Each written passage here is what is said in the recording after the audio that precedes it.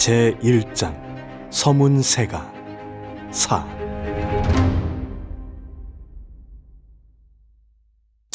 장로님! 나관수가 당황했다.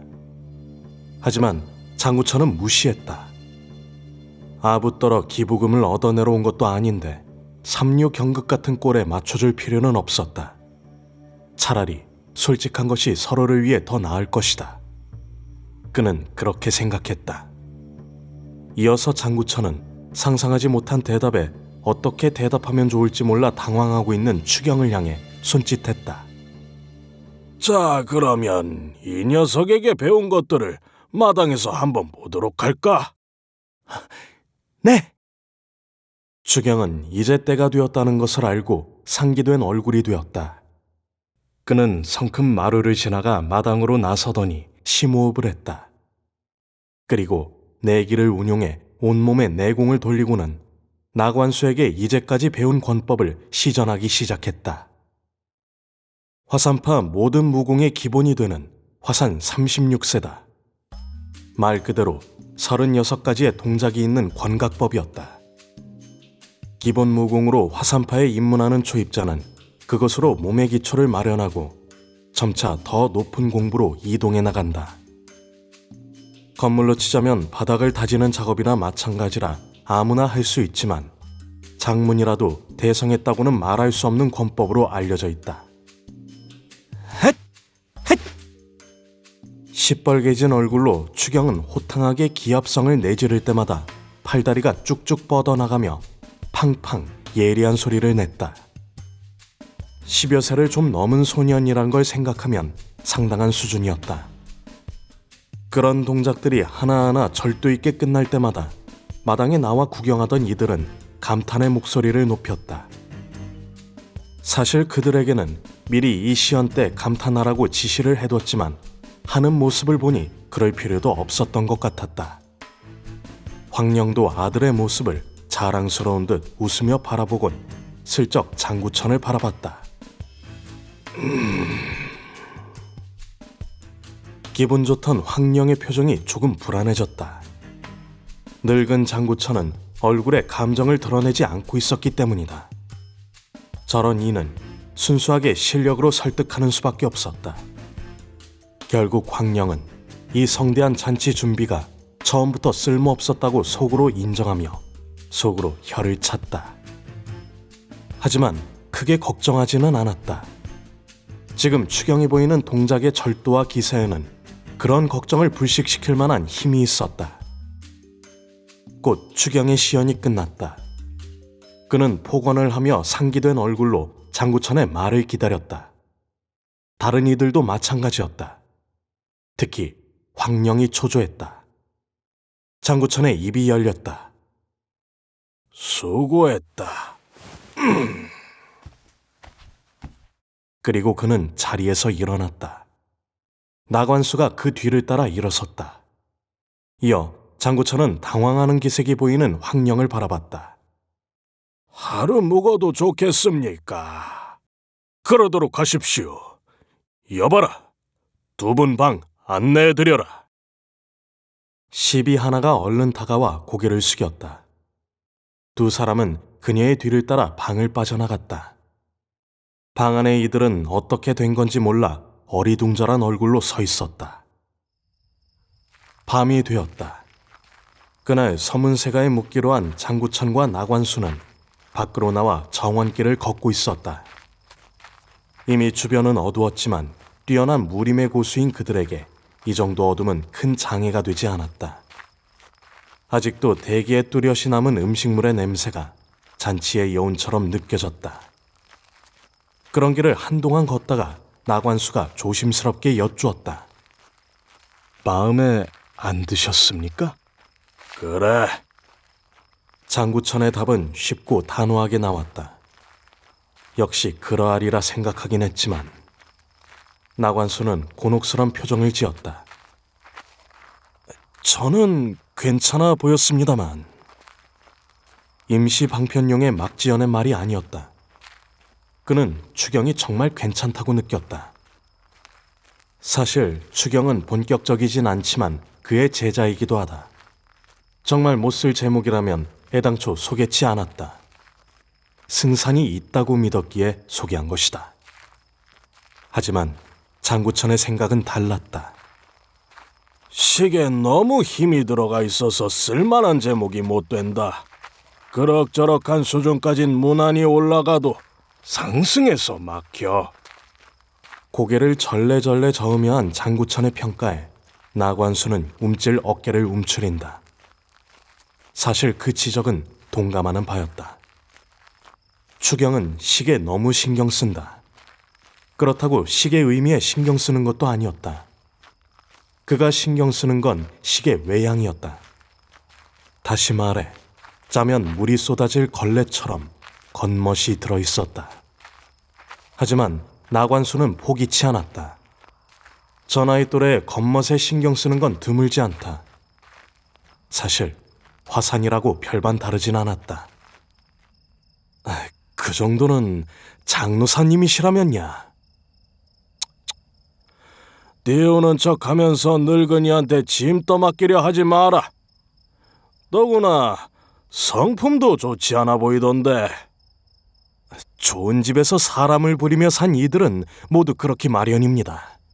그걸 그리 큰 흠으로만 보실 필요야. 나관수는 계속 변명했다. 장구천은 혀를 찼다. 그래서 용봉인이 하는 것들이 진짜 고수가 되는 경우가 적은 거야. 어렸을 때부터 주변에서 떠받들어줘서 콧대만 세우니 제대로 고수가 될 수가 있나? 상승공은 자기와 마주해야만 한다. 겉멋에 쉽게 취하는 놈 가지고는 안 돼.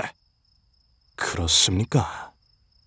나관수는 실망하면서도 장구천의 말이 옳다는 것은 알기에 더는 반박하지 못하고 기죽은 목소리로 그렇게 답한다. 덩치 큰 사내 놈이 그런 목소리를 내는 걸 두고 못 보아주겠음인지 장구천은 다시 혀를 찼다.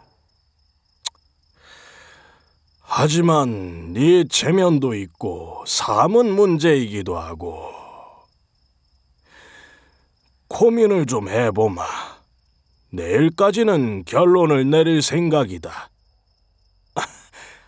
감사합니다. 나관수의 얼굴이 펴졌다. 이번 일이 실패하면 사무는 물론이고 서문세가에도 볼낯이 없었는데 재고라는 답변을 들은 것만으로도 기쁜 일이었다. 장구천은 신경질적으로 뒤를 이어 중얼거렸다. 받기로 결정되면 산삼주나 10동이쯤 빼서 화산으로 보내야지. 그 정도야 기꺼이 받아들일 겁니다.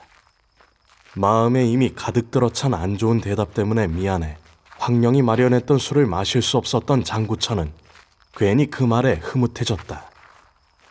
그래봐야 내일까지 자신의 결심이 바뀌지 않으면 그 또한 무익한 기대로 끝날 뿐이겠지만 그렇게 두 사람은 일다경 정도 길을 더 걸으며 각파의 사정과 무공에 대한 이야기를 나누었다. 한데 정원을 빠져나갈 때쯤 두 사람의 귓가에 기묘한 소리가 들려왔다. 기압에 뒤섞인 권각이 공기를 가르는 소리 같았다. 추경이겠습니까? 기쁜 얼굴이 되어 나관수가 반문한다. 이런 소리는 보통 무공을 수련할 때 난다. 낮은 수준이지만. 하여간 추경이 이런 시간에까지 성실하게 무공을 수련하고 있었다면 그건 장구천의 마음을 움직이는데 정말로 큰 힘이 될 터였다. 애당초 그가 받아들이길 망설인 이유가 성품의 문제인데 성실한 이들은 지도만 충분하면 어린 시절의 단점 정도는 쉽게 고칠 수 있기 때문이다. 그렇다면 의외로군. 성실한 품성으로는 보이지 않았는데. 기쁜 것은 장구천 역시 마찬가지였다. 만일 이게 추경이라면 그도 더 고민하지 않고 결론 내릴 수 있을 테니까. 성실함을 보여주기 위해 수련하는 척하고 있을 가능성도 있지만 그러려면 눈에 잘 띄는 데서 수련하지 이런 곳에서 하진 않았으리라. 두 사람은 함께 소리가 들려오는 방향으로 이동했고 처마의 그늘막에 숨어 수련하는 이를 지켜봤다. 핫! 어두운 달빛에 기대 수련하고 있는 소년의 정체를 알아본 순간 두 사람은 실망했다. 추경이 아니었던 것이다. 특히 나관수가 아쉬운 얼굴을 했다. 이거 참 아니군요. 그는 몸을 돌려 돌아가려 한다. 잠깐 기다려보게. 나관수는 이상하단 얼굴로 돌아본다. 뭔가 특별한 것이라도 있는 것일까? 그늘막에 숨어 나관수는 수련 중인 소년을 잠시 바라보았다. 하지만 뭐가 특별한지는 알 수 없었다. 그저 평범한 관각법을 수련하고 있었다. 저작거리에서도 쉽게 구할 수 있는 360들이었다. 가장 현미한 것이라봐야 태극권이었다. 하지만 건강을 목적으로 하는 그 권법은 원래 무림에 연관이 없는 이들을 위해 만들어져 있던 것이다. 고개를 갸웃거리며 나관수는 평했다. 그냥 평범한 권각법 같습니다만 좀 더 지켜보게. 하지만 장구천은 나관수의 평을 이런지하에 잘라냈다. 나관수는 어쩔 수 없이 어둠에 숨어 좀 더 소년을 지켜보았다. 그리고 곧 그의 눈이 커졌다. 아! 결국 나관수는 탄성을 흘렸다. 소년의 관각법에서는 현기가 느껴졌다. 단출하지만 쉽지 않은 움직임은 이미 깊었고 허점이 없었다. 알아본 모양이군. 놀랍습니다. 나관수의 감탄에 장구천은 고개를 끄덕이며 말했다. 비범이 극에 이르러 평범해지고 평범이 극에 이르러 비범해진다는 원리는 무림에 쉬이 말해지는 말이다. 꾸준한 단련의 중요성을 지적하는 대표적인 표현이지. 하지만 전자는 때로 그러한 성취를 보이는 이들이 있으나 후자는 기실 보기 힘들다. 무공이란 이미 과거에 비해 많은 발전을 이루어온 체계적인 것이라 평범한 단련을 거듭함으로써 고수가 된다는 것은 실현되기 어려워졌기 때문이다. 그렇지만 장구천은 흡족한 눈을 하고 소년을 계속 보았다. 그는 어디서나 볼 수 있는 그 평범한 초식들을 지금도 꾸준하게 장인이 돌을 다듬듯이 반복했다. 그러한 공들인 평범에 대한 노력이 이후 대공으로 이어질 기초가 된다는 데는 의심의 여지가 없다. 마음에 새기고 있습니다. 나관수는 고개를 끄덕이며 동의했다. 하루, 그리고 또 하루. 그러한 단련을 쌓아 고수라는 자리에 오른 것은 나관수도 마찬가지다. 물론 재능도 중요하다. 어떤 의미에서도 절실하다. 나관수는 넘을 수 없는 재능의 차이란 게 실제로 있다는 것도 안다. 그러나 노력 없는 재능이 빛을 발할 수는 없는 것 또한 사실이다. 장구천은 말했다. 나는 저 아이가 마음에 든다. 나관수가 깜짝 놀라며 지금 장구천이 한 말에 대해 뭐라고 하기도 전에 그는 그늘에서 벗어나며 자신의 기척을 드러냈다. 강한 고수가 일부러 드러내는 존재감이란 무공을 모르는 필부라도 쉽게 감지해낼 수 있는 것이다. 물처럼 이어지던 관각이 놀라 멈추고 수련하던 소년의 눈동자가 갑작스레 등장한 노인에게로 향했다. 누구십니까? 침착을 유지하려 애쓰는 목소리였다. 하지만 장구천은 가타부타 설명을 하지 않았다. 그는 일방적으로 입을 열었다. 이것을 봐라. 그리고 허리춤에서 검을 뽑았다. 단련된 강철검이 달빛을 받아 스산히 빛났다. 장구천의 기도에 소녀는 두려움을 느끼면서도 기대와 호기심에 억눌려 가만히 그가 요구하는 대로 움직였다. 이어서 장구천이 움직이기 시작했다. 아! 늙은 노인의 검이 그려내는 검의 움직임을 보고 소녀는 놀라서 탄성을 내질렀다. 평범한 강철검에 불과할 텐데 노인의 검은 허공에 뚜렷한 빗무리를 남겼다. 심지어 검 끝에는 마치 꽃봉오리가 피어난 듯이 화려한 검기의 흔적이 생겨나기 시작했다. 화산이 천하에 자랑하는 매화검법이었다. 최절정에 이르면 36송이의 매화가 그 검 끝에 피어난다던가. 강기로 이루어진 그 꽃들은 지극히 아름답지만 아름다움 이상으로 치명적이라 거기에 걸려 한 줌 고온이 되어버린 마두의 수는 장강의 모래와 같다 한다. 우와... 소녀는 계속해서 감탄할 수밖에 없었다. 무리민에 대한 이야기는 여러 차례 들었다.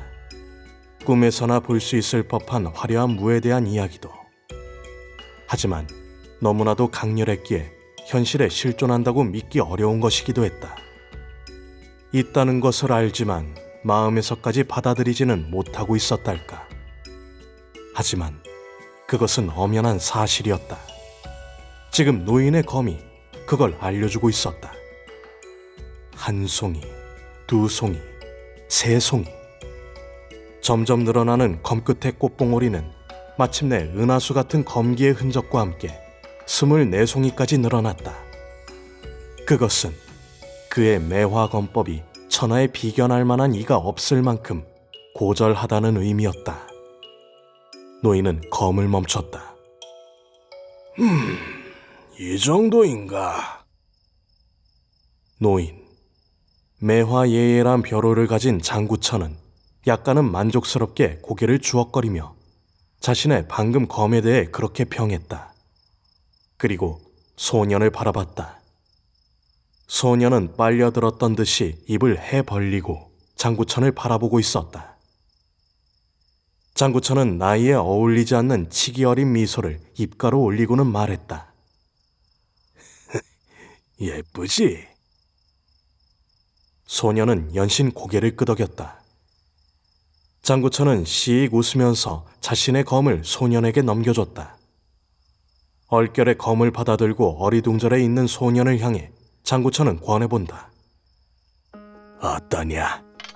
너도 해보지 않겠느냐? 한결 더 당황한 표정을 보이던 소년은 이내 단호한 얼굴을 하고 고개를 끄덕였다. 당황하며 말려야 하나 생각하던 나관수도 호기심과 기대에 가만히 있기로 했다. 이어서 조심스럽게 소년은 손에 쥔 검을 들고 앞으로 나섰다. 그리고 방금 장구천이 보여주었던 검물을 따라추기 시작했다. 헷!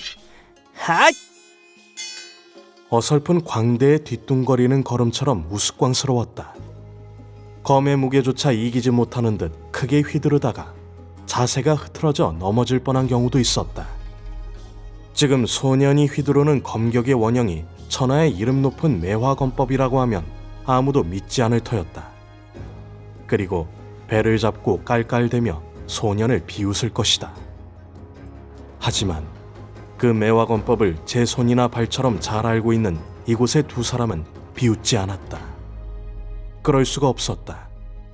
소년의 엉성한 움직임이 매화검법의 본질을 꿰고 있다는 것을 그들은 알았기 때문이다. 화가가 사람의 얼굴을 그릴 때 그는 대상의 모든 것을 그리는 것이 아니다. 가장 눈에 띄는 특징만을 잡아 그린다. 피부의 모공이나 솜털까지 그리지 않는다. 지도 또한 그렇다. 기기묘묘한 지형의 그 복잡한 사물을 일일이 그려내다간 제 발밑조차 그리지 못한다. 중요한 지형의 특징만을 대략적으로 그려낸다. 세상의 모든 것은 그렇게 단순화해서 본질만을 나타낼 수 있다. 이는 무공 역시도 마찬가지다. 제 아무리 복잡한 변초를 가지거나 화려한 움직임을 보이는 무공이라 해도 그 복잡한 모습을 모두 제거하고 본질만이 남도록 정리할 수 있다. 보통 말하는 고수의 심득이란 그런 방식으로 극도로 압축된 무공의 본질을 가리키는 말이기도 하다. 소년의 움직임이 바로 그러했다. 매화검법이 갖추고 있는 그 많은 모습들을 모두 지워버리고 소년의 검은 엉성한 매화검법의 진수만을 향해 흐르고 있었다. 그래서 소년의 엉성한 움직임을 바라보는 장구천의 미소는 시간이 갈수록 그윽해졌다. 나관수는 신음처럼 중얼거렸다. 믿을 수 없습니다. 나 역시 그렇구나. 장구천은 동감했다. 이건 그래, 여기 천재가 있다. 장구천이 선언했다.